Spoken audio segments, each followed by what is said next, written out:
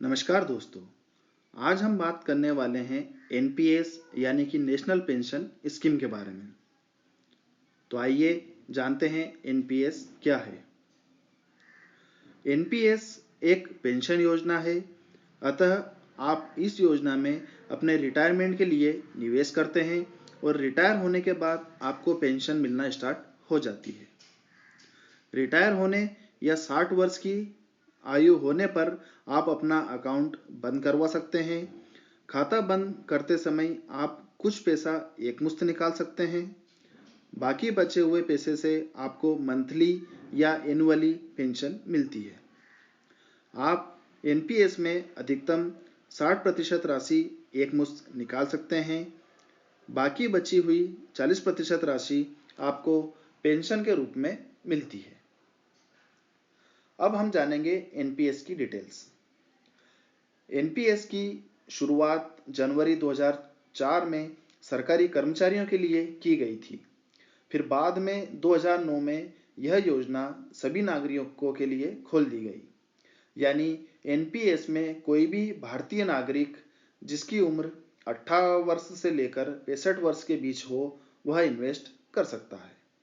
इसके अलावा यदि कोई एनआरआई भी हो तो वह भी एनपीएस में इन्वेस्ट कर सकता है। अब हम जानते हैं एनपीएस के सेक्टर्स के बारे में। एनपीएस को 4 सेक्टर्स में डिवाइड किया गया है, जो हैं central government, state government, corporate sector और all citizen model. Central government में सेंट्रल गवर्नमेंट के एम्प्लॉय आते हैं। स्टेट गवर्नमेंट में स्टेट गवर्नमेंट के एम्प्लॉय आते हैं। कॉरपोरेट सेक्टर में सभी जो प्राइवेट जॉब करते हैं वो लोग आते हैं। इनके अलावा जो लोग बचते हैं वह ऑल सिटीजन मॉडल में इन्वेस्ट कर सकते हैं। अब हम जानते हैं एनपीएस में अकाउंट कैसे खुलाया जा सकता है। एनपीएस में आप ऑनलाइन और ऑफलाइन दोनों तरह से अकाउंट खुलवा सकते हैं। आप किसी भी सरकारी बैंक या प्राइवेट बैंक में एनपीएस अकाउंट के लिए अप्लाई कर सकते हैं। अकाउंट ओपन करवाने के लिए आपको एक आईडी प्रूफ और एक एड्रेस प्रूफ की ज़रूरत होती है। इसके अलावा आपको एक पासपोर्ट साइज के फ़ोटो की आवश्यकता होती है। एनपीएस अकाउंट ओपन करवाने के लिए आप जैसे ही अकाउंट ओपन करवाते हैं वैसे ही आपको PRAN यानी कि परमानेंट रिटायरमेंट अकाउंट नंबर मिल जाता है, जो कि एनपीएस का एक महत्वपूर्ण नंबर है। इसी नंबर के आधार पर आपको एनपीएस की सारी डिटेल्स मिलती है। साथ ही आप एक इंडिविजुअल के लिए ही अकाउंट खुलवा सकते हैं, शेयर अकाउंट यहाँ पर नहीं खुलवा सकते हैं। और आप चाहें तो आपकी वाइफ को इसमें नॉमिनी भी बना सकते हैं। अब जानते हैं एनपीएस के प्रकार के बारे में। एनपीएस 2 प्रकार के होते हैं, टीयर 1 अकाउंट और टीयर 2 अकाउंट। टीयर 1 अकाउंट ही आपका मेन अकाउंट होता है।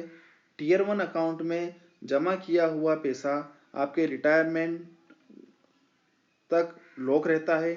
किसी विशेष परिस्थिति में आप इसको पार्शियली विड्रॉ कर सकते हैं। साथ ही इसमें किए हुए इन्वेस्टमेंट में अलग से धारा 80 CCD के तहत आपको लगभग 50,000 रुपये तक की इनकम टैक्स बेनिफिट भी मिलता है। इसके अलावा आप साथ में टीयर 2 अकाउंट भी खुलवा सकते हैं। इसमें आप जब चाहें तब पैसा निकाल सकते हैं। इसमें लॉक इन पीरियड केवल 3 साल के लिए होता है। साथ ही इसमें इनकम टैक्स की धारा 80C के तहत आपको 1.5 लाख रुपए तक का टैक्स बेनिफिट भी मिल सकता है। अब हम बात करेंगे एनपीएस से मिलने वाले रिटर्न के बारे में।